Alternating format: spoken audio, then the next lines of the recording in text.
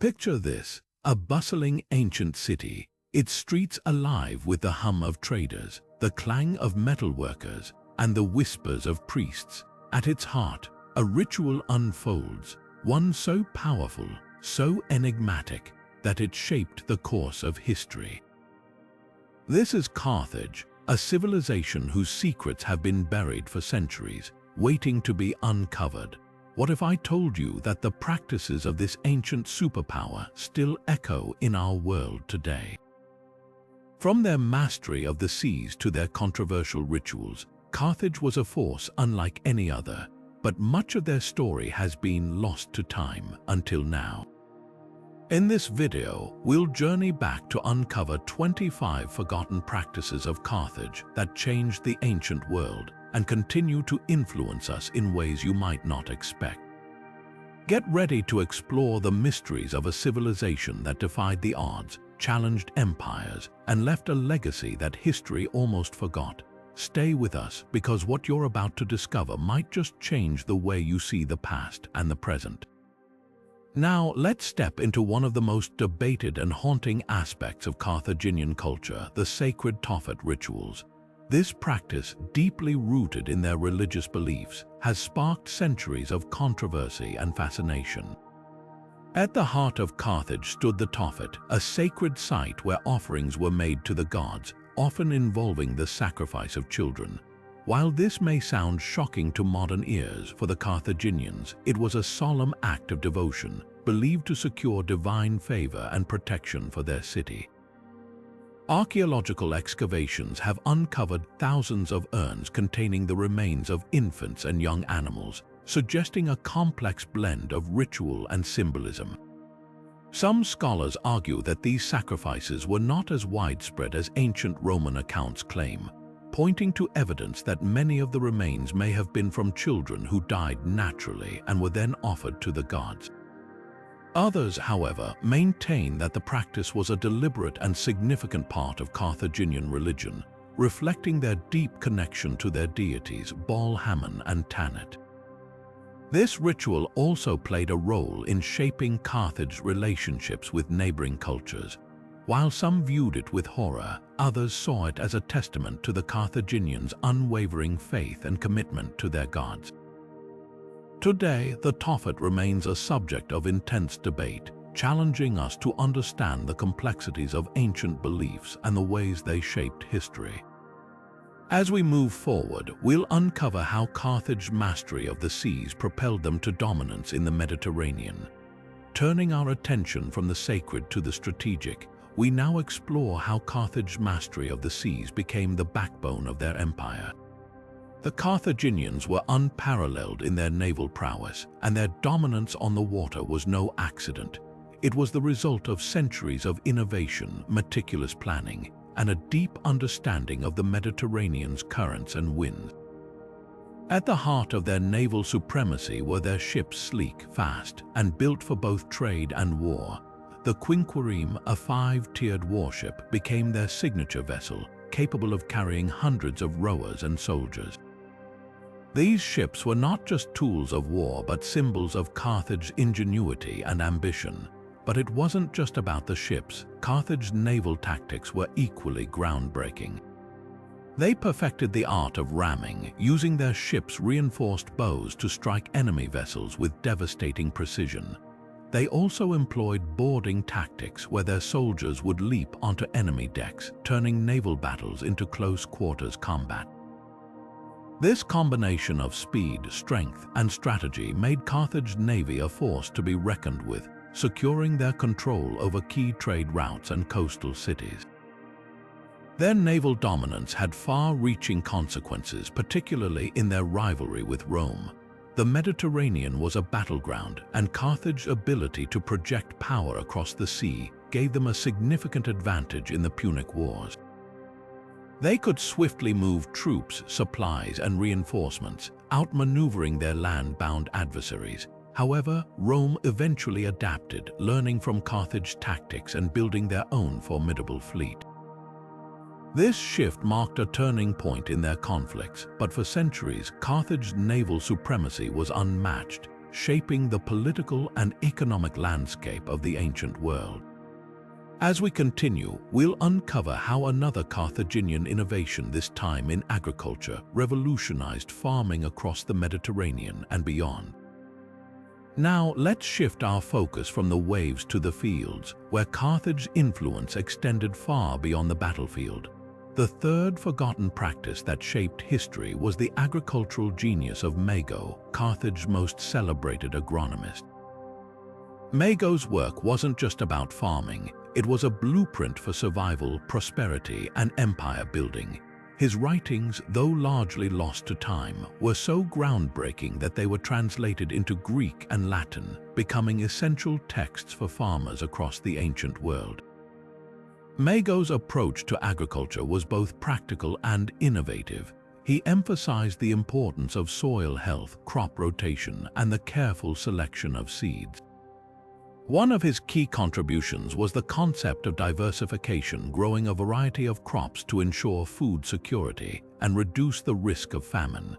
He also introduced advanced irrigation techniques, allowing Carthage to cultivate arid lands that other civilizations deemed unusable. This mastery of water management turned barren landscapes into fertile fields, fueling Carthage's growth and stability. But Mago's genius didn't stop at crops. He also revolutionized animal husbandry, detailing methods for breeding livestock, managing pastures, and even treating diseases. His holistic approach to farming ensured that Carthage's agricultural system was not only productive but sustainable. This was a stark contrast to the practices of many neighboring cultures, which often exhausted their land through overuse. The impact of Mago's work was felt far beyond Carthage. His writings influenced Roman agriculture, which in turn shaped the farming practices of Europe for centuries. Even today, many of his principles, like crop rotation and soil conservation, remain foundational to modern agriculture. Mago's legacy is a testament to how Carthage's innovations transcended their time, leaving an indelible mark on the world. As we move forward, we'll delve into another iconic Carthaginian practice, one that struck fear into the hearts of their enemies and became a symbol of their military might. Now, let's turn our attention from the fields to the battlefield, where Carthage's ingenuity took on a truly monumental form, literally. The fourth forgotten practice that changed history was Carthage's iconic use of war elephants. These towering creatures were more than just animals. They were living weapons, symbols of power, and tools of psychological warfare that struck terror into the hearts of Carthage's enemies. Carthage's mastery of war elephants began with their strategic acquisition and training. These elephants, primarily of the North African forest elephant species, were captured from the wild and meticulously trained for combat. The process was no small feat. Handlers, known as mahouts, spent years building trust with these massive animals, teaching them to respond to commands and endure the chaos of battle. The elephants were equipped with protective armor and often carried archers or javelin throwers on their backs, turning them into mobile fortresses on the battlefield. But the true power of Carthage's war elephants lay in their psychological impact. Imagine the scene: an enemy army, already tense and preparing for battle, suddenly sees a line of elephants charging toward them, their sheer size and the thunderous sound of their footsteps shaking the ground. The sight alone was enough to break the morale of even the most disciplined troops. Hannibal, Carthage's legendary general, famously used this tactic during his campaigns, including his daring crossing of the Alps. The elephants not only disrupted enemy formations but also created chaos, giving Carthaginian forces a decisive advantage. However, using war elephants wasn't without its challenges. These animals, while formidable, were unpredictable. If panicked or wounded, they could turn on their own handlers, causing as much damage to their side as to the enemy. Carthage's ability to manage these risks and harness the elephant's strength speaks to their military ingenuity and adaptability. The legacy of Carthage's war elephants extends far beyond their time. Their use influenced other ancient armies, including those of the Seleucid Empire and the Hellenistic kingdoms. Even today, the image of Hannibal's elephants crossing the Alps remains one of the most enduring symbols of ancient warfare. Carthage's innovative use of these creatures not only changed the course of battles but also left a lasting mark on military history. As we continue, we'll explore another practice that defined Carthage's identity, one that turned the color purple into a symbol of wealth and power. Now, shifting our focus from the battlefield to the bustling workshops of Carthage, we uncover a practice that painted the ancient world in shades of luxury and prestige. The fifth forgotten practice that changed history was Carthage's mastery of the Punic purple dye industry. This vibrant, deep purple dye, known as Tyrian purple, wasn't just a color. It was a symbol of wealth, power, and exclusivity that defined Carthage's economic and cultural influence. The production of Tyrian purple was a meticulous and labor-intensive process. The dye was extracted from the mucus of sea snails, specifically the murex species found along the Mediterranean coast. Thousands of these snails were harvested to produce just a small amount of dye, making the process both time-consuming and costly. The snails were crushed, and their glands were carefully processed to extract the precious pigment, which was then boiled and treated to achieve its signature rich hue. The result was a dye so vibrant and durable that it became highly sought after across the ancient world.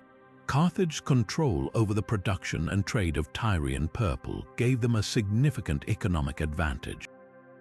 The dye was incredibly valuable, often worth its weight in gold, and became a status symbol for the elite. Royalty, high-ranking officials, and the wealthy adorned themselves in garments dyed with Tyrian purple, using it as a visible marker of their power and prestige. Carthage's monopoly over this luxury commodity allowed them to dominate Mediterranean trade networks, further solidifying their position as a superpower. But the significance of Tyrian purple extended beyond economics. It became deeply intertwined with Carthage's cultural identity. The color was associated with divinity and royalty, often used in religious ceremonies and to honor the gods. Carthage's ability to produce and distribute this dye on such a large scale showcased their technological prowess and organizational skills, setting them apart from other civilizations. The legacy of Carthage's purple dye industry is still felt today. The phrase, "born in the purple," referring to royalty, traces its origins back to this ancient practice. Carthage's innovation in dye production not only enriched their empire but also left an indelible mark on the cultural and economic landscape of the ancient world. As we move forward, we'll delve into another practice that highlights Carthage's strategic brilliance, their reliance on a diverse and formidable mercenary army. Now, turning our attention from the vibrant hues of Tyrian purple to the battlefield, we uncover another fascinating aspect of Carthage's legacy, their innovative use of mercenary armies. The sixth forgotten practice that shaped history was Carthage's reliance on a diverse and formidable mercenary force, a strategy that set them apart from many of their contemporaries. Unlike other ancient powers that depended heavily on citizen soldiers, Carthage built its military might by recruiting soldiers from across the Mediterranean and beyond. These mercenaries came from regions as varied as Iberia, Gaul, North Africa, and even the Greek islands, creating a melting pot of warriors with unique skills and fighting styles. This approach allowed Carthage to field highly specialized troops, from skilled Balearic slingers to fierce Numidian cavalry, giving them a tactical edge in battle. Managing such a diverse army was no small feat. Carthage leaders had to navigate language barriers, cultural differences, and varying loyalties. To keep this complex system running smoothly, they relied on a combination of financial incentives, strict discipline, and strategic leadership. Generals like Hamilcar Barca and his son Hannibal were masters at uniting these disparate groups under a single banner, often leading by example and earning the respect of their troops through shared hardships and victories. The strengths of this mercenary system were undeniable. It allowed Carthage to quickly expand its military capabilities without overburdening its own population. Mercenaries could be hired as needed, making the army adaptable to the demands of different campaigns. Additionally, the diversity of the troops brought a wealth of tactical options to the battlefield, enabling Carthage to outmaneuver more rigidly structured armies. However, this system also had its weaknesses. Mercenaries, by nature, were motivated by pay rather than loyalty to Carthage itself. This could lead to instability, especially when funds ran low or campaigns dragged on.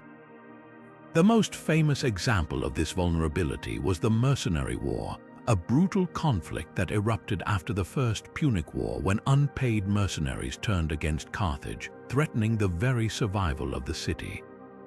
Despite these challenges, Carthage's mercenary army system remains a testament to their ingenuity and adaptability. It allowed them to compete with and often outmatch larger, more centralized powers like Rome. This strategy not only shaped the course of Carthage's military campaigns, but also influenced how future empires approached the complexities of warfare. As we continue our journey through Carthage's forgotten practices, we'll explore how their mastery of urban planning set new standards for ancient cities, blending functionality with grandeur in ways that still inspire awe today. Now, shifting our focus from the battlefield to the spiritual realm, we delve into one of Carthage's most intriguing practices, their religious syncretism. The seventh forgotten practice that left a lasting mark on history was Carthage's unique blending of local and foreign deities, particularly the worship of Baal and Tanit. This fusion of religious traditions not only shaped Carthaginian culture, but also reflected their ability to adapt and integrate diverse influences. At the heart of Carthage's religious life was Baal, a powerful god associated with fertility, weather, and protection. Originally a Phoenician deity, Baal was adopted and adapted by the Carthaginians, becoming a central figure in their pantheon. Alongside him stood Tanit, a goddess often depicted as his consort, who symbolized fertility, motherhood, and the moon. Together, Baal and Tanit represented the duality of life and death, creation and destruction, embodying the cyclical nature of existence. What made Carthage's religious practices truly unique was their ability to merge these deities with local beliefs and traditions. This syncretism allowed them to create a cohesive spiritual identity while maintaining connections to their Phoenician roots. For example, Tanit, though originally a local goddess, was elevated to a position of prominence, often depicted with symbols like the crescent moon and the palm tree, which resonated deeply with Carthaginian society. This blending of religious traditions wasn't just a matter of faith, it was a reflection of Carthage's broader cultural strategy. By integrating foreign and local deities, they fostered a sense of unity among their diverse population, which included Phoenician settlers, indigenous Berbers, and other groups. Temples dedicated to Baal and Tanit became centers of community life, where rituals, festivals, and offerings reinforced social bonds and collective identity. One of the most striking aspects of Carthage's religious practices was their emphasis on ritual and symbolism. Offerings, sacrifices, and ceremonies played a central role in their worship, often involving elaborate processions and communal feasts. These rituals weren't just acts of devotion, they were also a way to assert Carthage's power and prosperity, showcasing their wealth and influence to both their citizens and foreign visitors. The influence of Carthage's religious syncretism extended far beyond their borders. As they expanded their trade networks and established colonies, they brought their deities and practices with them, spreading their unique blend of spirituality across the Mediterranean. This cultural exchange left a lasting legacy, influencing the religious traditions of other civilizations and contributing to the rich tapestry of ancient Mediterranean culture. As we move forward in our exploration of Carthage's forgotten practices, we'll uncover how their mastery of urban planning transformed their city into a marvel of the ancient world, blending functionality with grandeur in ways that still inspire awe today. Now, let's turn our attention from the spiritual to the economic, where Carthage's influence was equally profound. The eighth forgotten practice that shaped their legacy was their mastery of trade in the Western Mediterranean. Carthage didn't just participate in commerce, they dominated it, creating a trade monopoly that became the backbone of their empire's wealth and power. At the heart of Carthage's economic success was their strategic location. Situated on the North African coast, they controlled key trade routes connecting the eastern and western Mediterranean. This prime position allowed them to act as a middleman, facilitating the exchange of goods like olive oil, wine, metals, and the famed Tyrian purple dye. But Carthage didn't just rely on geography. They built an intricate network of ports, warehouses, and ships that made them the undisputed rulers of maritime trade. One of their most significant achievements was the establishment of colonies and trading posts across the Mediterranean. From Sicily to Sardinia, and even as far as Spain, Carthage planted the seeds of commerce, ensuring their influence extended far beyond their homeland. These outposts weren't just economic hubs, they were also military strongholds, protecting Carthage's interests and deterring rivals from encroaching on their territory. Carthage's economic policies were equally innovative. They imposed strict controls over trade routes, requiring foreign merchants to pay hefty tariffs or even seek permission to sail in Carthaginian waters. This monopoly allowed them to amass enormous wealth, which they reinvested into their navy, infrastructure, and military campaigns. Their ships, known for their speed and durability, became symbols of their dominance, patrolling the seas to enforce their trade laws and crush any competition. But Carthage's trade monopoly wasn't just about wealth, it was about power. By controlling the flow of goods, they could influence entire regions, forging alliances and pressuring rivals into submission. For example, their control over the silver mines in Spain gave them access to vast resources, which they used to fund their wars and expand their empire. This economic leverage made them a superpower, feared and respected by their contemporaries. The impact of Carthage's trade dominance extended far beyond their own borders. Their practices set a precedent for future empires, demonstrating how commerce could be used as a tool of conquest and control. Even after their fall, the legacy of their trade networks endured, shaping the economic landscape of the Mediterranean for centuries to come. As we continue our journey through Carthage's forgotten practices, we'll explore how their urban planning transformed their city into a marvel of the ancient world, blending functionality with grandeur in ways that still inspire awe today. Now, shifting our focus from the bustling trade routes to the heart of Carthage itself, we uncover the ninth forgotten practice that cemented their legacy, their groundbreaking urban planning. Carthage wasn't just a city, it was a masterpiece of ancient engineering, designed with precision and foresight that rivaled even the greatest civilizations of its time. At the core of Carthage's urban design was its dual harbor system, a marvel of ingenuity that combined military and commercial functions seamlessly. The outer harbor, open to the public, welcomed merchants from across the Mediterranean, while the inner harbor, hidden behind high walls, served as the nerve center of Carthage's formidable navy. This ingenious layout allowed Carthage to protect its military assets while maintaining a thriving trade economy, a balance few cities of the ancient world could achieve. But the harbors were just the beginning. Carthage streets were laid out in a grid-like pattern, a revolutionary concept at the time. This organized design not only made navigation easier, but also facilitated efficient transportation of goods and people throughout the city. Wide paved streets connected key areas, from the bustling markets to the grand temples, creating a sense of order and accessibility that was rare in ancient urban centers. Water management was another area where Carthage excelled. The city's aqueducts, stretching for miles, brought fresh water from distant sources, ensuring a steady supply for its growing population. These aqueducts weren't just functional, they were architectural feats showcasing Carthage's ability to blend practicality with beauty.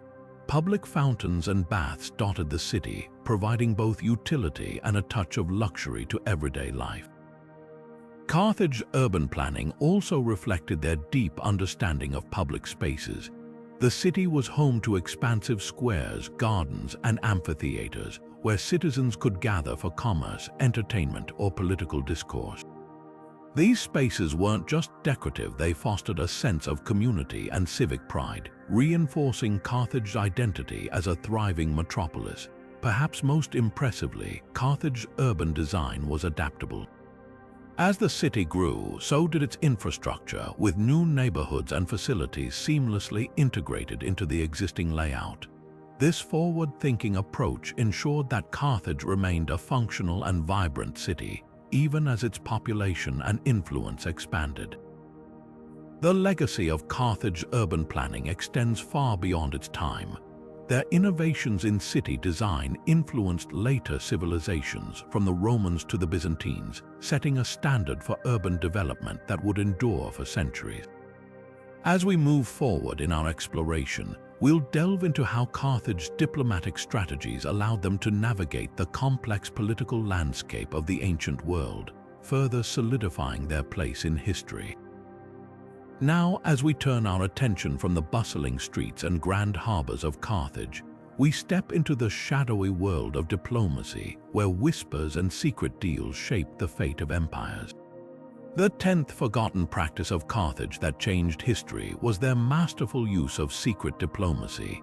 In a world where alliances could shift like desert sands, Carthage's ability to navigate the treacherous waters of ancient politics was nothing short of extraordinary. At the heart of Carthage's diplomatic strategy was their skill in forging secret treaties and alliances. Unlike their Roman counterparts, who often relied on brute force and public declarations, the Carthaginians preferred to operate behind the scenes. They understood that sometimes the most powerful moves were the ones made in silence. These secret agreements allowed Carthage to build a network of allies without drawing the attention or the ire of their rivals. For example, during the Punic Wars, Carthage secured the support of several Numidian tribes through covert negotiations, ensuring they had crucial cavalry support when facing Rome's legions.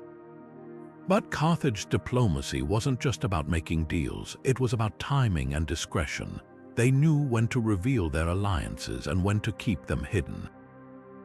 This calculated approach gave them a significant advantage, allowing them to surprise their enemies and maintain the upper hand in conflicts. One notable instance was their secret pact with Syracuse, a powerful city-state in Sicily. By keeping this alliance under wraps, Carthage was able to launch coordinated attacks on Roman positions, catching their adversaries off guard. Another key aspect of Carthage's diplomatic prowess was their ability to adapt to shifting political landscapes. They weren't bound by rigid ideologies or permanent alliances. Instead, they were pragmatic, willing to align with former enemies if it served their interests. This flexibility allowed them to survive and thrive in a volatile world. For instance, after their defeat in the First Punic War, Carthage quickly renegotiated alliances with neighboring powers, ensuring they could rebuild their strength and prepare for future conflicts. Carthage's diplomats were also masters of espionage, gathering intelligence to inform their strategies. They understood that knowledge was power, and they used it to outmaneuver their opponents. By infiltrating rival cities and courts, they gained insights into their enemies' plans, allowing them to anticipate threats and exploit weaknesses. This combination of secrecy, adaptability, and intelligence made Carthage a formidable player on the ancient political stage. The legacy of Carthage's secret diplomacy is a testament to their ingenuity and foresight. While their military achievements often take center stage, it was their behind-the-scenes maneuvering that often tipped the scales in their favor. As we continue our journey through the forgotten practices of Carthage, we'll explore how their religious beliefs and cultural practices further shaped their identity and influence.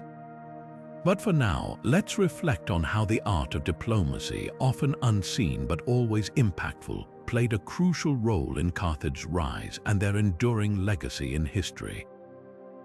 Now, as we leave the shadowy corridors of Carthage's secret diplomacy behind, we step into the realm of the divine, where gods and rituals shaped the very soul of this ancient civilization. The 11th forgotten practice of Carthage that changed history was their deep devotion to the cult of Melqart, a deity whose worship not only tied Carthage to its Phoenician origins, but also forged a powerful sense of identity among its people. Melqart, often referred to as the king of the city, was originally the chief god of Tyre, the Phoenician city from which Carthage traced its roots. When Carthage was founded as a colony of Tyre, the worship of Melqart traveled across the Mediterranean, becoming a cornerstone of Carthaginian religious life. This wasn't just about honoring a god, it was about preserving a connection to their ancestral homeland and reinforcing their cultural heritage in a new land.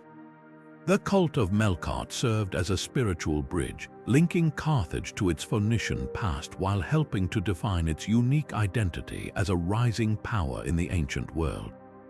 The rituals surrounding Melqart were both grand and symbolic. One of the most significant was the annual Awakening of Melqart, a ceremony that involved reenacting the god's death and resurrection. This ritual wasn't just a religious act, it was a powerful metaphor for renewal and resilience, themes that resonated deeply with the Carthaginians as they navigated the challenges of building and maintaining their empire. The ceremony also served as a unifying event, bringing together people from all walks of life to celebrate their shared faith and heritage. But the worship of Melqart went beyond mere ritual. It played a crucial role in Carthage's political and economic life as well. Temples dedicated to Melqart often doubled as centers of trade and diplomacy, where merchants and envoys from across the Mediterranean would gather. These temples became hubs of cultural exchange, where Carthage's influence could be projected far beyond its borders. The god's association with navigation and commerce also made him a patron of Carthage's seafaring endeavors, further cementing his importance in the city's rise to prominence. Perhaps most intriguing is how the cult of Melqart evolved over time, blending with local traditions and beliefs. While Melqart remained distinctly Phoenician, elements of his worship were adapted to reflect the realities of Carthaginian life. This syncretism not only enriched the cult but also allowed it to remain relevant as Carthage grew and changed. It's a testament to the Carthaginians' ability to honor their past while embracing the future, a quality that defined much of their civilization. The legacy of Melqart's worship is a reminder of how deeply intertwined religion, culture, and identity were in the ancient world.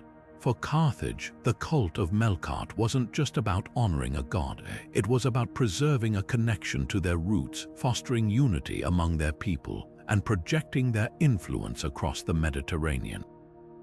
As we continue to uncover the forgotten practices of Carthage, we'll see how their religious beliefs and cultural traditions further shaped their remarkable story. But for now, let's reflect on how the worship of Melqart, a god who bridged the old and the new, played a vital role in Carthage's enduring legacy. Now, as we shift our focus from the spiritual realm of Melqart to the tangible world of commerce, we uncover another fascinating practice that shaped Carthage's legacy, the 12th forgotten practice, their innovative coinage system. Carthage's approach to currency wasn't just about creating money, it was a strategic tool that fueled their economic dominance and facilitated trade across their vast empire. Carthage's coinage system was a reflection of their ingenuity and adaptability. Unlike many ancient civilizations that relied on barter or cumbersome forms of exchange, Carthage developed a sophisticated system of minted coins that streamlined trade and strengthened their economy. These coins, often made of silver or bronze, were stamped with intricate designs that symbolized Carthage's power and identity. One of the most iconic images featured on their coins was the palm tree, a symbol of prosperity and resilience, alongside depictions of their gods such as Tanit and Melqart. These designs weren't just decorative, they communicated Carthage's cultural and religious values to anyone who handled their currency. The economic implications of Carthage's coinage system were profound. By standardizing currency, they created a reliable medium of exchange that could be used across their empire and beyond. This made trade more efficient, as merchants no longer had to negotiate the value of goods in barter terms. Instead, they could use Carthaginian coins to conduct transactions quickly and fairly. This system not only boosted internal trade, but also enhanced Carthage's ability to engage in international commerce, particularly with their extensive network of colonies and trading partners across the Mediterranean. Carthage's coins also played a crucial role in their military and political strategies. The ability to mint and distribute currency allowed Carthage to pay their mercenary armies, fund naval expeditions, and maintain their vast infrastructure. It was a key factor in their ability to project power and sustain their empire over centuries. Moreover, the widespread use of Carthaginian coins helped to spread their influence, as these coins became a familiar sight in markets from Spain to North Africa, reinforcing Carthage's reputation as a dominant economic force. Interestingly, Carthage's coinage system also reveals their adaptability to local contexts. While their coins bore distinct Carthaginian symbols, they often incorporated elements from the cultures they traded with, such as Greek or Egyptian motifs. This blending of styles not only made their currency more acceptable in foreign markets, but also reflected Carthage's ability to integrate diverse influences into their own identity. It's a testament to their pragmatic approach to empire building, where economic success was as much about cultural flexibility as it was about military might. The legacy of Carthage's coinage system is a reminder of how innovation in economics can shape the course of history. By creating a reliable and widely accepted currency, Carthage not only facilitated trade but also strengthened their empire's cohesion and influence. As we continue to explore the forgotten practices of Carthage, we'll see how their economic strategies, like their coinage system, were integral to their rise as a Mediterranean superpower. But for now, let's reflect on how this seemingly simple innovation, minted coins, played a pivotal role in shaping the ancient world. Turning now to a darker chapter in Carthage's military history, we encounter the 13th forgotten practice, the use of human shields. This controversial tactic, employed during desperate moments in conflicts like the Punic Wars, reveals the lengths to which Carthage was willing to go to defend its empire. While it's a practice that raises significant ethical questions, it also sheds light on the extreme pressures Carthage faced as it struggled to maintain its dominance against formidable adversaries like Rome. The use of human shields was not unique to Carthage, but their application of this tactic was particularly striking. During the Punic Wars, Carthage often found itself outnumbered and outmaneuvered by the Roman legions. In moments of desperation, they resorted to using civilians or prisoners of war as shields to protect their soldiers or slow down enemy advances. This strategy was both a psychological and tactical maneuver, designed to sow confusion and hesitation among Roman troops who are often reluctant to harm non-combatants. For Carthage, it was a grim but calculated choice, reflecting the high stakes of their survival as a civilization. The ethical implications of this practice are impossible to ignore. Using human shields is widely condemned today as a violation of the principles of warfare and human dignity. Even in ancient times, it was seen as a morally fraught tactic, one that blurred the lines between combatants and non-combatants. For Carthage, however, the decision to employ such measures was likely driven by a combination of desperation and pragmatism. Facing an existential threat from Rome, they may have viewed it as a necessary evil to buy time or protect their dwindling resources. This stark choice underscores the brutal realities of ancient warfare, where survival often came at a steep moral cost. The practice also highlights the psychological toll of prolonged conflict. By the later stages of the Punic Wars, Carthage was fighting not just for territory but for its very existence. The use of human shields can be seen as a reflection of their growing desperation, a sign that they were willing to cross ethical boundaries to stave off defeat. It's a reminder of how war can push societies to adopt extreme measures, even when those measures conflict with their values or principles. Despite its controversial nature, the use of human shields offers a window into Carthage's strategic mindset. It reveals their willingness to exploit every possible advantage, no matter how morally ambiguous, in their struggle against Rome.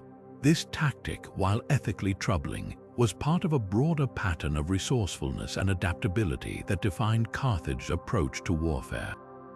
It also serves as a sobering reminder of the human cost of conflict, both for those who wielded the shields and those who were forced to bear them.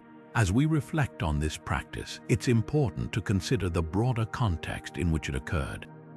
The Punic Wars were a series of brutal, high-stakes conflicts that tested the limits of both Carthage and Rome.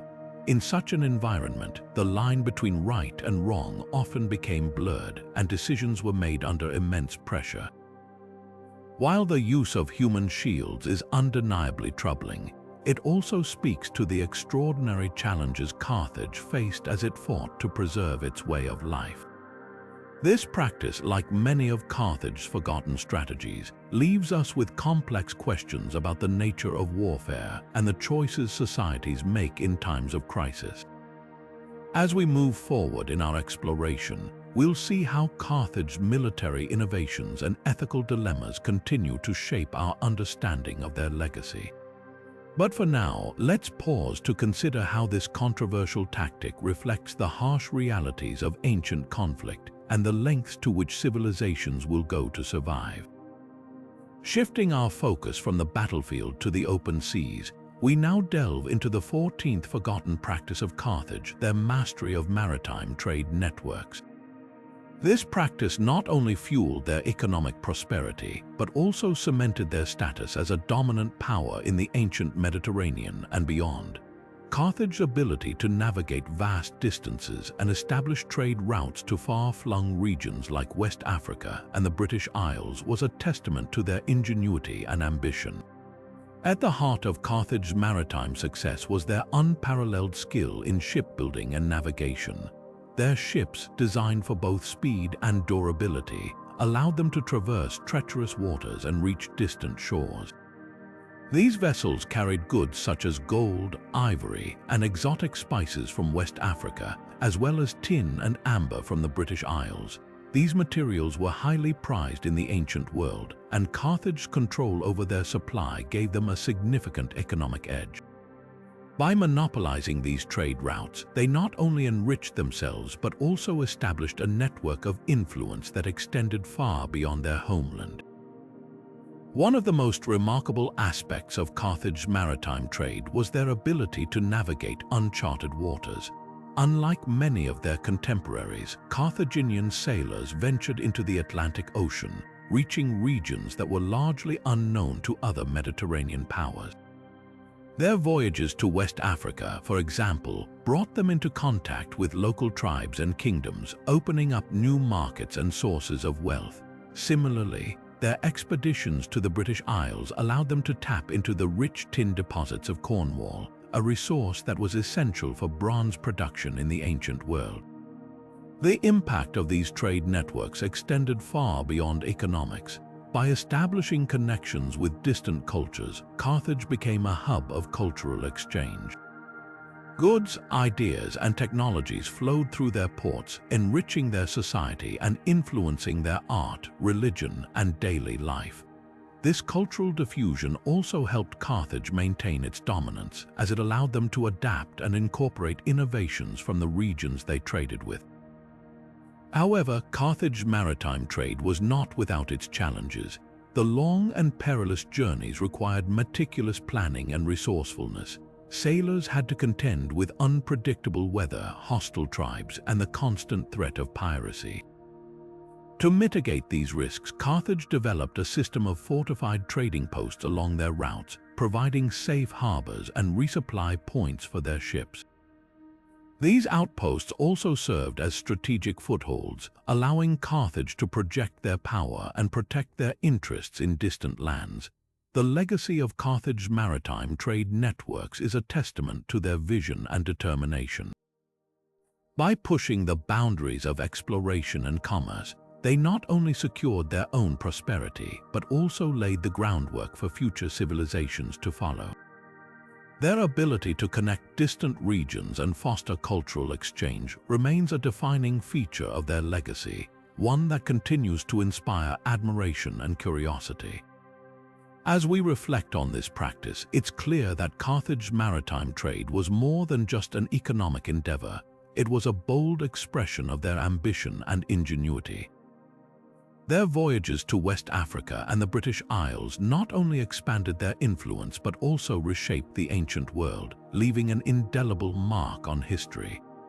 With this in mind, let's now turn our attention to another fascinating aspect of Carthaginian society, the role of women, which offers yet another glimpse into the complexity and richness of this remarkable civilization. Now, let's step into the vibrant world of Carthaginian society and uncover the 15th forgotten practice, the remarkable role of women. Unlike many ancient civilizations where women were often confined to the domestic sphere, Carthage offered a strikingly different narrative. Here, women held a unique and influential position, shaping not only their families but also the broader cultural and economic fabric of their society. In Carthage, women were active participants in religious life, playing key roles in the worship of deities like Tanit, the city's patron goddess. They served as priestesses, leading rituals and ceremonies that were central to Carthaginian spirituality. This religious authority gave women a level of respect and visibility that was uncommon in other ancient cultures, where such roles were typically reserved for men. The prominence of women in religious practices highlights how Carthage valued their contributions and saw them as vital to maintaining the favor of the gods. Beyond religion, Carthaginian women were also deeply involved in commerce. They owned and managed businesses, traded goods, and even participated in the lucrative production of Tyrian purple dye, one of Carthage's most prized exports. This economic independence was rare in the ancient world, where women in places like Greece or Rome often had limited rights to property or financial autonomy. In Carthage, however, women could inherit wealth, sign contracts, and engage in trade, giving them a level of agency that set them apart from their contemporaries. Family life in Carthage also reflected the elevated status of women. They were not merely caretakers but decision-makers within the household, often managing estates and overseeing the education of their children. This domestic influence extended into the public sphere, as women from prominent families could wield significant political power through their connections and social standing. The respect afforded to Carthaginian women in both private and public life underscores the civilization's progressive approach to gender roles. What makes Carthage's treatment of women even more fascinating is how it contrasts with other ancient societies. In Greece, for example, women were largely excluded from public life and had limited legal rights. In Rome, while women of higher status enjoyed some privileges, they were still subject to the authority of male relatives. Carthage, by comparison, offered women a degree of freedom and influence that was ahead of its time, reflecting a society that valued their contributions and recognized their potential. The legacy of Carthaginian women is a testament to the civilization's forward-thinking values. By empowering women in religion, commerce, and family life, Carthage not only enriched its own society, but also set an example that challenges our modern assumptions about gender roles in the ancient world. As we continue to explore the forgotten practices of Carthage, let's turn our attention to another intriguing aspect of their culture, their use of psychological warfare, a strategy that reveals yet another layer of their ingenuity and resourcefulness. Now, let's shift our focus to a practice that reveals Carthage's mastery of the mind as much as the battlefield, their use of psychological warfare. Carthage understood that victory wasn't just about physical strength or superior numbers, it was also about breaking the spirit of their enemies. One of the most iconic examples of this strategy was Hannibal's daring crossing of the Alps during the Second Punic War. This audacious move wasn't just a logistical feat, it was a calculated act of psychological intimidation. By leading his army, complete with war elephants, through the treacherous mountain passes, Hannibal sent a clear message to Rome. Carthage was relentless, unpredictable, and willing to go to unimaginable lengths to achieve victory. The psychological impact of this maneuver was profound. The Romans, who had never expected an invasion from the north, were thrown into a state of panic. Hannibal's ability to appear where he was least expected sowed fear and confusion among his enemies, undermining their confidence and morale. This wasn't just a military strategy, it was a masterclass in psychological manipulation. By exploiting the element of surprise and showcasing his army's resilience, Hannibal turned the Alps into a symbol of Carthage's indomitable will. But Hannibal's tactics didn't stop there. Throughout his campaigns, he employed a range of psychological strategies to destabilize his opponents. For instance, he often used deception to mislead Roman forces, creating false trails or spreading misinformation to lure them into traps. He also understood the power of spectacle. The sight of Carthaginian war elephants charging into battle was not just terrifying, it was a deliberate attempt to overwhelm the senses and break the resolve of enemy soldiers. These tactics weren't just about winning battles, they were about winning the war of perception. Carthage's use of psychological warfare extended beyond the battlefield as well. They were skilled at leveraging their reputation to intimidate rivals and allies alike. By cultivating an image of invincibility, they discouraged potential enemies from challenging them and encouraged their allies to remain loyal. This strategic use of perception and reputation was a hallmark of Carthaginian diplomacy and military strategy, showcasing their understanding of the human psyche long before the term psychological warfare was ever coined. What makes Carthage's approach to psychological warfare so remarkable is how it reflects their broader ingenuity. They didn't just rely on brute force, they used creativity, adaptability, and a deep understanding of human behavior to outmaneuver their enemies. This blend of physical and psychological tactics not only secured their dominance in the ancient world, but also left a lasting legacy in the art of warfare. As we continue to uncover the forgotten practices of Carthage, let's turn our attention to another fascinating aspect of their civilization, their system of tribute collection, a practice that reveals how they sustained their vast empire and maintained control over their territories. Now, let's explore how Carthage turned conquest into a sustainable empire through their practice of tribute collection. This system was not just about extracting wealth from conquered lands. It was a carefully designed mechanism that fueled their economy, maintained control, and ensured the loyalty of their vast territories. At its core, tribute collection was a way for Carthage to consolidate power and fund their ambitious projects, from military campaigns to urban development. When Carthage expanded its influence, they didn't just conquer and move on.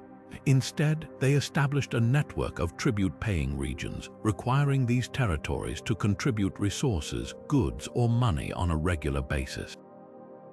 This wasn't arbitrary. Each tribute was calculated based on the wealth and productivity of the region, ensuring that the demands were manageable but still significant enough to benefit Carthage. For example, agricultural regions might provide grain or olive oil, while mining areas contributed metals like silver or copper. This system allowed Carthage to amass a steady stream of resources without overburdening any single territory. The economic benefits of this practice were immense. Tribute collection provided Carthage with the raw materials and wealth needed to sustain their growing empire. It funded their military, allowing them to maintain a powerful army and navy, and it supported their infrastructure projects such as the construction of harbors, temples, and public buildings. But perhaps most importantly, it created a sense of interdependence. Conquered territories became integral to Carthage's survival, tying their prosperity to the empire's success. However, tribute collection wasn't just about economics, it was also a tool of control. By requiring regular payments, Carthage ensured that conquered regions remained compliant and invested in the empire's stability. Rebellions were rare because the cost of defiance often outweighed the benefits. Additionally, Carthage often allowed local rulers to remain in power as long as they fulfilled their tribute obligations. This approach minimized resistance and fostered a sense of continuity, making it easier for Carthage to govern such a diverse and widespread empire. Yet, this system wasn't without its challenges.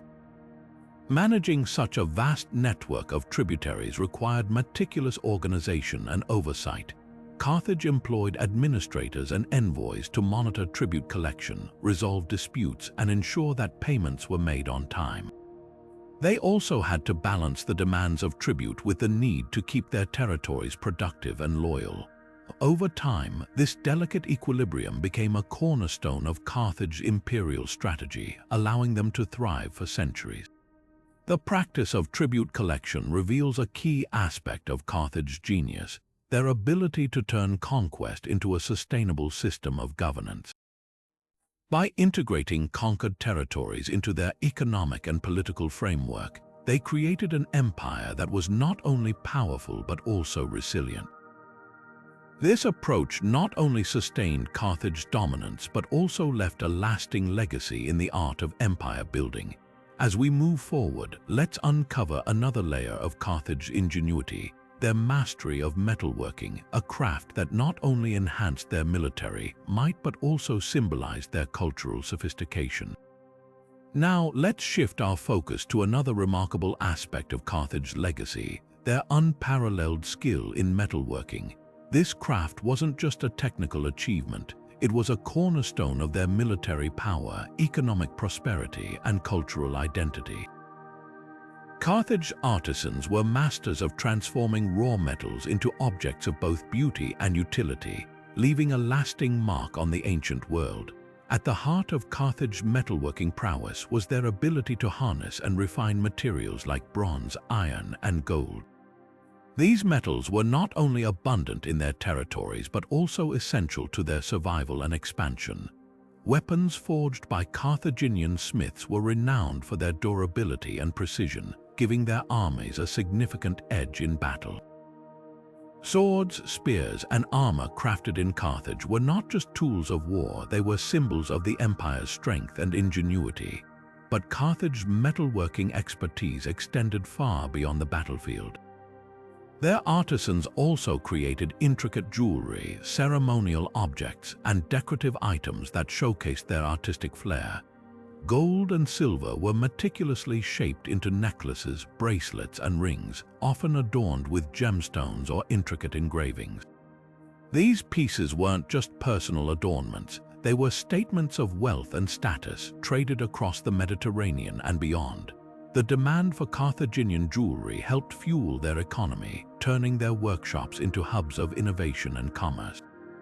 One of the most fascinating aspects of Carthage's metalworking was their ability to blend functionality with artistry. For example, their weapons often featured ornate designs, combining practicality with aesthetic appeal. This dual focus reflected the Carthaginian worldview, a civilization that valued both strength and beauty, power and refinement. It's no wonder that their metalwork became highly sought after, influencing styles and techniques in neighboring cultures. The economic impact of Carthage's metalworking cannot be overstated. Their ability to produce high-quality goods allowed them to dominate trade networks, exporting weapons, tools, and jewelry to distant markets. This trade not only brought wealth to Carthage but also spread their cultural influence far and wide. Even after the fall of their empire, the legacy of Carthaginian metalworking endured, inspiring future generations of artisans. As we reflect on this practice, it's clear that Carthage's mastery of metalworking was more than just a technical skill, it was a testament to their creativity, resourcefulness, and ambition. Their ability to transform raw materials into objects of power and beauty speaks to the depth of their ingenuity and the breadth of their impact on history. With this in mind, let's turn our attention to another strategic innovation that defined Carthage's dominance: their use of naval blockades to control trade and weaken their enemies. Now let's set sail into another defining chapter of Carthage's history: their mastery of naval blockades. This strategic practice wasn't just about controlling the seas, it was a calculated move to dominate trade routes and cripple their adversaries. Carthage's ability to enforce blockades was a testament to their naval supremacy and their understanding of the Mediterranean's geopolitical landscape. At its core, a naval blockade involved cutting off enemy ports and trade routes, effectively starving opponents of resources and weakening their ability to wage war. Carthage's fleet, renowned for its speed and precision, would position ships to intercept incoming vessels, preventing supplies, reinforcements, or trade goods from reaching their destinations. This tactic was particularly devastating during conflicts like the Punic Wars, where Rome's reliance on imported grain made it vulnerable to such disruptions. What made Carthage's blockade so effective was their combination of naval strength and strategic foresight. Their ships, often equipped with advanced ramming technology and manned by skilled crews, could outmaneuver and overpower enemy fleets. But it wasn't just brute force. Carthage's leaders meticulously planned their blockades, targeting key ports and trade hubs to maximize the impact. By choking off these lifelines, they could force their enemies into submission without engaging in costly land battles.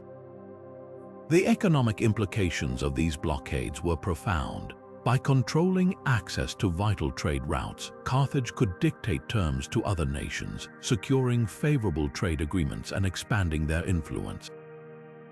Their dominance over the Mediterranean trade network allowed them to amass wealth and resources, further fueling their empire's growth. At the same time, their enemies faced economic collapse as blocked ports led to shortages, inflation, and unrest. But the impact of Carthage's naval blockades extended beyond economics and warfare. This practice reshaped the political dynamics of the ancient world. Rival powers, recognizing the effectiveness of Carthage's strategy, began to invest more heavily in their own navies, sparking an arms race across the Mediterranean. Even Rome, initially a land-based power, was forced to adapt, eventually building a formidable fleet to challenge Carthage's dominance. As we reflect on this practice, it's clear that Carthage's use of naval blockades was more than just a military tactic. It was a demonstration of their strategic brilliance and their ability to leverage their naval prowess to shape the course of history. Their mastery of the seas not only secured their empire but also left a lasting legacy on the art of warfare and diplomacy. With this in mind, let's now turn our attention to another fascinating aspect of Carthaginian culture: their elaborate burial practices and the beliefs surrounding the afterlife. Shifting our focus from the strategic brilliance of naval blockades, we now delve into a deeply spiritual aspect of Carthaginian life: their reverence for the dead. The Carthaginians held profound beliefs about the afterlife, and their burial practices were not merely about honoring the deceased, but also about ensuring their safe passage into the next world. These rituals and elaborate tombs offer us a window into their spiritual worldview and the importance they placed on the connection between life and death. At the heart of Carthage's burial practices was the belief that the dead required care and offerings to thrive in the afterlife. Tombs were often constructed with great care, designed to serve as eternal homes for the departed. These structures ranged from simple graves to grand, multi-chambered tombs adorned with intricate carvings and inscriptions. The wealthier the individual, the more elaborate their resting place, reflecting their status even in death. Inside these tombs, archaeologists have uncovered a wealth of artifacts, jewelry, pottery, weapons, and even food offerings, all intended to accompany the deceased on their journey. One of the most striking features of Carthaginian burials was the practice of placing personal belongings alongside the dead. These items were not random but carefully chosen to reflect the individual's identity and role in life. A warrior might be buried with his sword, a merchant with his scales, and a priest with ritual objects. This practice underscores the Carthaginians' belief in continuity between life and the afterlife, where the dead would continue to fulfill their roles and maintain their identities. Rituals played a crucial role in these burial practices. Families would gather to perform ceremonies that honored the deceased and ensured their well-being in the afterlife. Offerings of food, drink, and incense were common, symbolizing sustenance and purification. These rituals were not just acts of remembrance but also acts of devotion, reinforcing the bond between the living and the dead. The Carthaginians believed that neglecting these duties could anger the spirits, leading to misfortune for the living. The cult of the dead also extended beyond individual families to the broader community. Public ceremonies and festivals were held to honor ancestors and seek their blessings. These events were deeply ingrained in Carthaginian culture, reflecting a collective belief in the power of the dead to influence the living.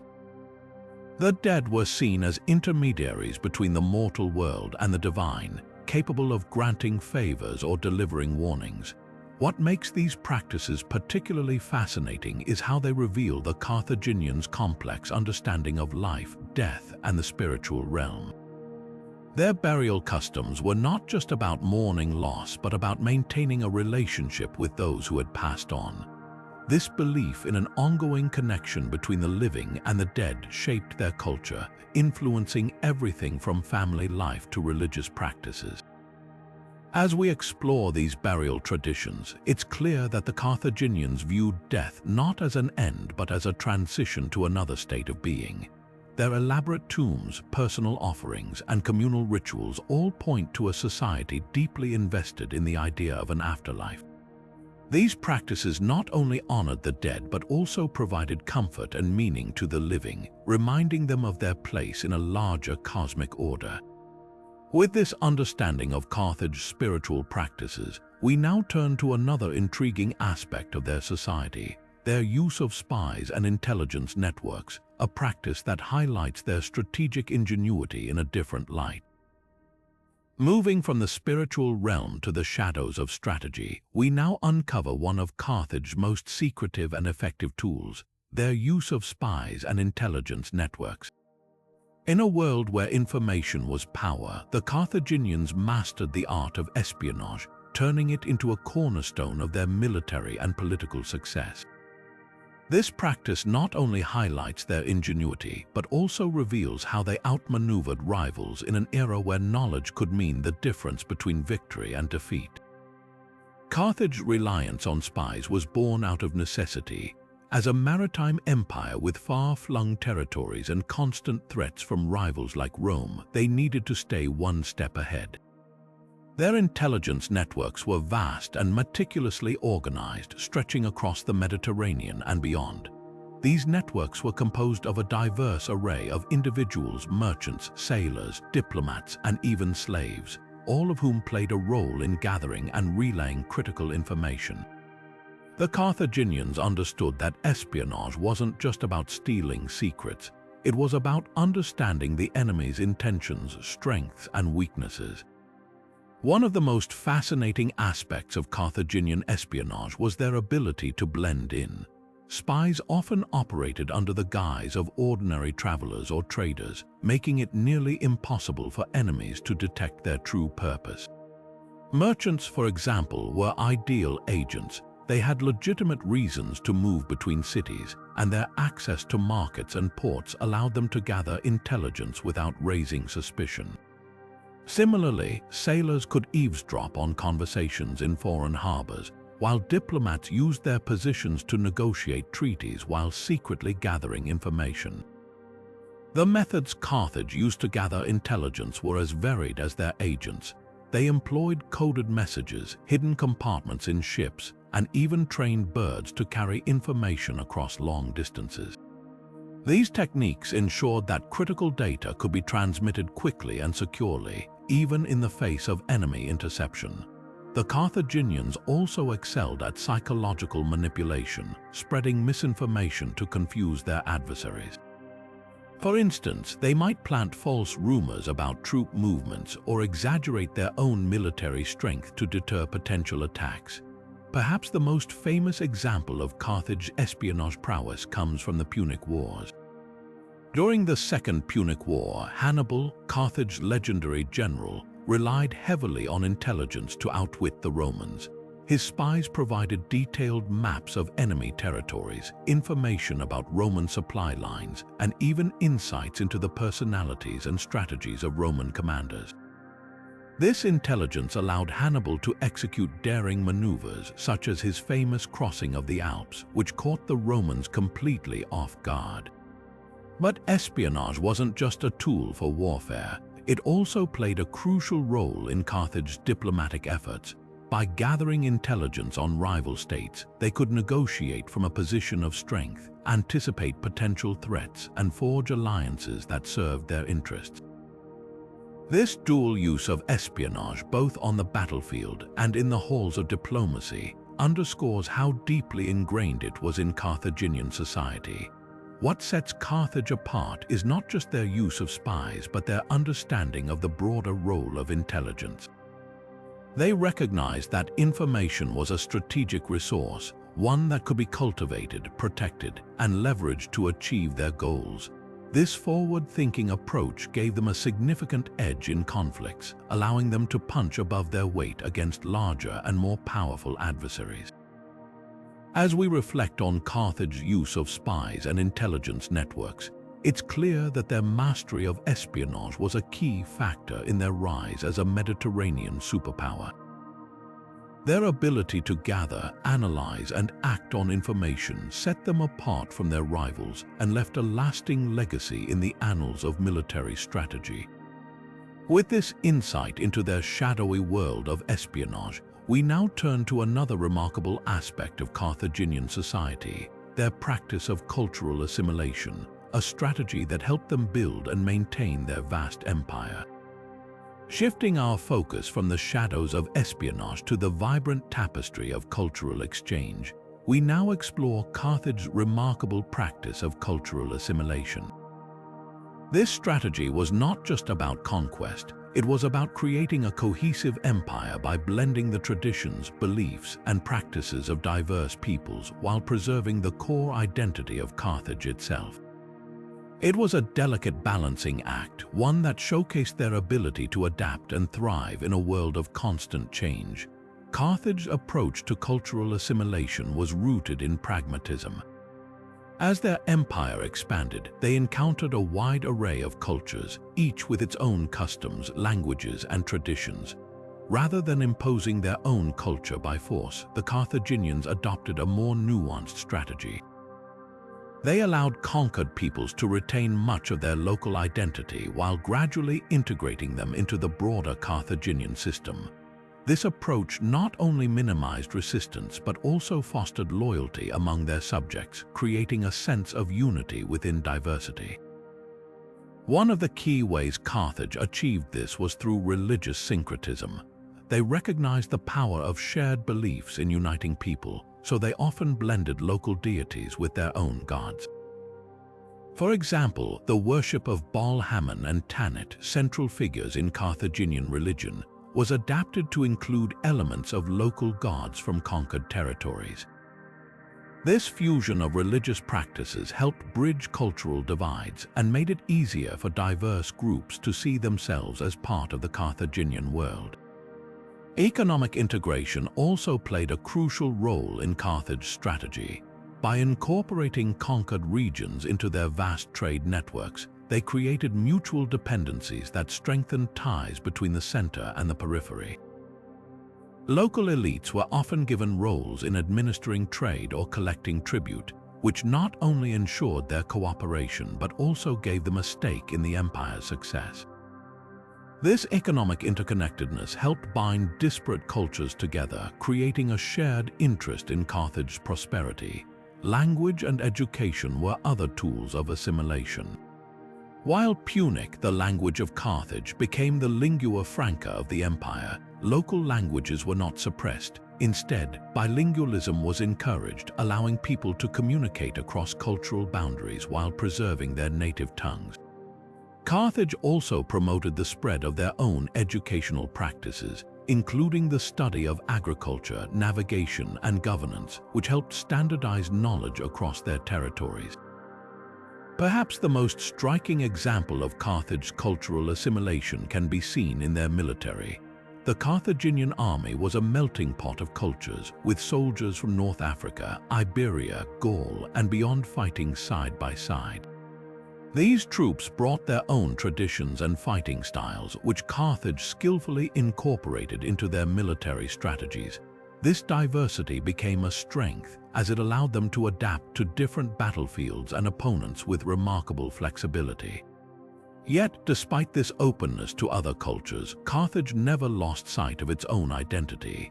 They maintained a strong sense of Carthaginian pride and continuity, ensuring that their core values and traditions remained intact.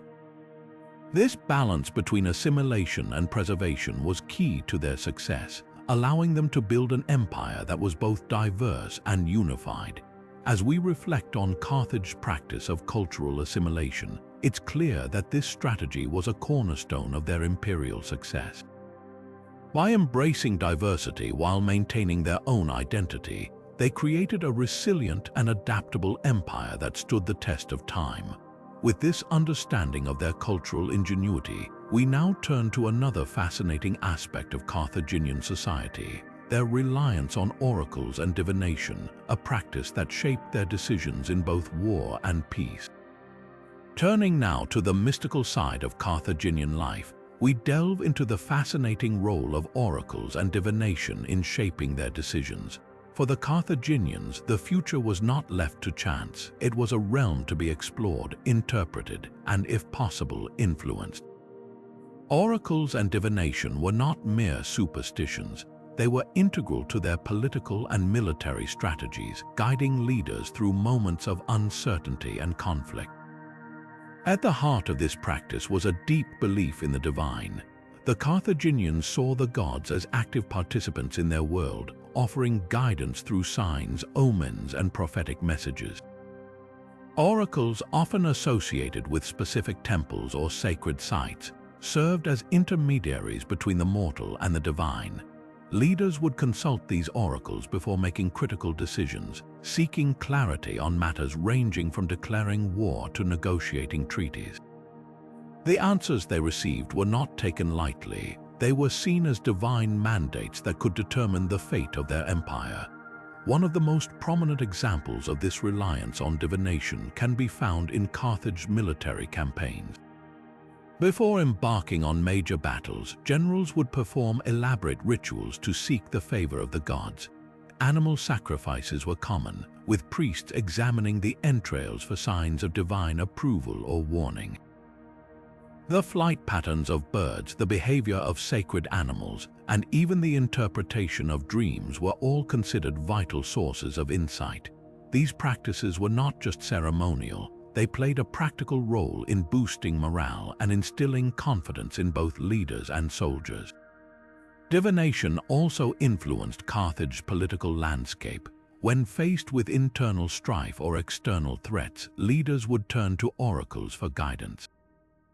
For instance, during times of crisis, the Carthaginian Senate might consult the oracle of Baal to determine the best course of action.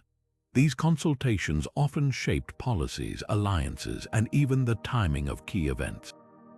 The belief in divine intervention provided a sense of order and purpose, helping to unify the leadership and the people behind a shared vision.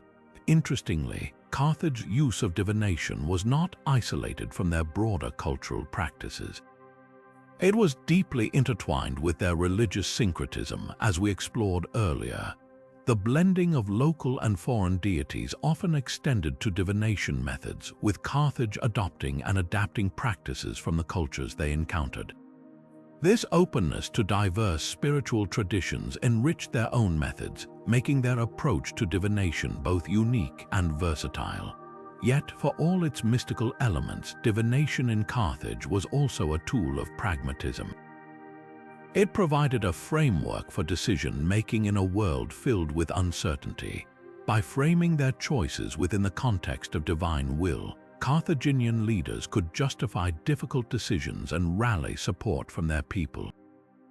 This blend of faith and strategy was a hallmark of their civilization, showcasing their ability to balance the spiritual with the practical. As we consider the role of oracles and divination in Carthage, it's clear that these practices were more than just rituals. They were a reflection of how the Carthaginians understood their place in the world. By seeking guidance from the gods, they navigated the complexities of their time with a sense of purpose and resolve. With this insight into their spiritual strategies, we now turn to another remarkable aspect of Carthaginian ingenuity: their ability to adapt to their environment, a practice that allowed them to thrive in even the most challenging conditions. Shifting our focus to the natural world, we now explore how Carthage mastered the art of environmental adaptation, a practice that allowed them to flourish in some of the most challenging landscapes of the ancient world. Unlike many civilizations that struggled with arid climates, the Carthaginians turned these obstacles into opportunities, showcasing their ingenuity and resourcefulness. Their ability to adapt to their environment was not just a matter of survival, it was a cornerstone of their success. At the heart of this adaptation was their advanced use of irrigation. In regions where water was scarce, the Carthaginians developed intricate systems to channel and conserve this precious resource. They constructed networks of canals and aqueducts that drew water from rivers and springs, distributing it efficiently across their farmlands. These systems were not only functional but also remarkably sophisticated, reflecting a deep understanding of hydrology and engineering. By ensuring a steady supply of water, they transformed barren lands into fertile fields capable of sustaining crops year-round. Another key aspect of their environmental adaptation was the use of terracing.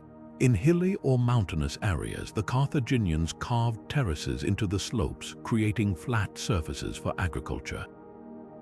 This technique prevented soil erosion and maximized the use of available land, allowing them to cultivate crops in areas that would otherwise have been unusable. The terraces also helped retain moisture, further enhancing their ability to grow food in dry conditions. This practice not only supported their agricultural needs, but also demonstrated their ability to work harmoniously with the natural landscape. The Carthaginians also excelled in crop selection, choosing plants that were well suited to their environment. They cultivated drought-resistant crops like olives, figs, and grapes, which thrived in the Mediterranean climate. These crops not only provided sustenance but also became valuable trade commodities, contributing to Carthage's economic prosperity. Their agricultural expertise extended to techniques like crop rotation and soil enrichment, ensuring the long-term productivity of their lands. What set Carthage apart was their holistic approach to environmental adaptation. They didn't just rely on one method, they combined irrigation, terracing, and crop selection to create a sustainable agricultural system. This integrated approach allowed them to thrive in regions where others struggled, giving them a significant advantage over their rivals. It also reflected their broader philosophy of resilience and innovation, qualities that defined their civilization. The legacy of Carthage's environmental adaptation extends beyond their time. Many of their techniques, such as terracing and irrigation, were adopted by later civilizations and continue to be used in modern agriculture. Their ability to adapt to their surroundings serves as a testament to human ingenuity and the power of working with nature rather than against it. As we reflect on this remarkable practice, we gain a deeper appreciation for how the Carthaginians turned challenges into triumphs, leaving a lasting impact on the world. With this understanding of their environmental mastery, we now turn to the final chapter of our exploration: the enduring legacy of Carthaginian law, a system that shaped their society and influenced civilizations long after their fall. As we step into the final chapter of our journey through Carthage's forgotten practices, we uncover the enduring legacy of their legal system, a framework that not only shaped their society but also left a profound mark on the civilizations that followed. Carthaginian law was more than just a set of rules. It was a reflection of their core values of order, fairness, and justice, principles that resonated far beyond their time. At the heart of Carthage's legal system was a commitment to balance and equity. Unlike many ancient societies where laws were arbitrary or heavily influenced by the ruling elite, Carthage established a structured legal code that aimed to protect the rights of its citizens. This code covered a wide range of areas, from trade and commerce to property disputes and criminal offenses. It was designed to ensure that disputes were resolved fairly, fostering a sense of trust and stability within the community. One of the most remarkable aspects of Carthaginian law was its emphasis on contracts and agreements. As a trading powerhouse, Carthage relied heavily on commerce, and their legal system reflected this. Contracts were meticulously documented and enforced, ensuring that both parties upheld their obligations. This level of legal sophistication not only facilitated trade but also built Carthage's reputation as a reliable and trustworthy partner in the Mediterranean world. Their legal practices laid the groundwork for modern contract law, influencing later civilizations like the Romans, who adopted and adapted many of these principles. Another key feature of Carthaginian law was its focus on accountability. Public officials and leaders were held to high standards, and corruption was met with severe consequences. This emphasis on integrity helped maintain social order and prevented abuses of power, ensuring that the government served the people rather than exploiting them. It was a system that valued transparency and responsibility, qualities that remain essential in legal systems today. Carthage's legal system also reflected their belief in collective responsibility. Laws were designed to protect the community as a whole, emphasizing the importance of harmony and cooperation. For example, regulations around land use and resource management ensured that natural resources were shared equitably, preventing conflicts and promoting sustainability. This communal approach to lawmaking highlighted their understanding of the interconnectedness of society and the environment. The influence of Carthaginian law extended far beyond their empire. When Rome eventually conquered Carthage, they absorbed many of its legal principles, integrating them into their own legal framework. These ideas would later spread across Europe, shaping the development of Western legal systems. Even today, echoes of Carthaginian law can be seen in modern concepts of justice, fairness, and the rule of law. As we reflect on the legacy of Carthaginian law, we see a civilization that valued order and justice, not just for the powerful but for all its citizens. Their legal system was a testament to their vision of a fair and harmonious society, one that continues to inspire us centuries later. And with this final insight, we conclude our exploration of the 25 forgotten practices of Carthage, practices that not only defined their civilization but also changed the course of history. Thank you for joining us on this journey through the mysteries of Carthage. If you enjoyed this video, don't forget to like, subscribe, and hit the notification bell for more fascinating explorations into the past. Until next time, keep exploring. As we bring our exploration of Carthage's forgotten practices to a close, it's clear that this ancient civilization was far more than a footnote in history. From their sacred rituals and naval supremacy to their groundbreaking legal system, Carthage's innovations shaped the ancient world in ways that still resonate today. Each of these 25 practices, whether it was their mastery of trade, their use of war elephants, or their commitment to justice, reveals a society that was both deeply complex and remarkably forward-thinking.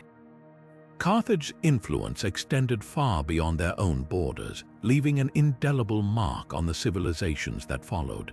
Their agricultural techniques revolutionized farming, their naval strategies redefined warfare, and their legal principles laid the foundation for modern systems of justice. Even their controversial practices, like the use of mercenaries or the rituals at the Tophet, offer us a window into the values and beliefs that drove this powerful empire. What's truly remarkable is how many of these practices continue to echo in our modern world. The concept of fair contracts, the importance of sustainable resource management, and the value of cultural integration are all ideas that Carthage championed centuries ago. Their legacy reminds us that the past is not just a collection of forgotten stories. It's a living, breathing influence that shapes who we are today. As we reflect on Carthage's contributions, it's worth asking ourselves, what lessons can we take from their successes and failures? How can their innovations inspire us to build a more just, sustainable, and interconnected world? The answers may lie in the very practices we've explored, practices that remind us of the enduring power of human ingenuity and resilience. Thank you for joining us on this journey through the mysteries of Carthage. If you found this exploration as fascinating as we did, don't forget to like, subscribe, and hit the notification bell for more deep dives into history's most intriguing civilizations. And let us know in the comments which of Carthage's practices do you think had the greatest impact on history. Until next time, keep exploring and remember, the past is always closer than it seems.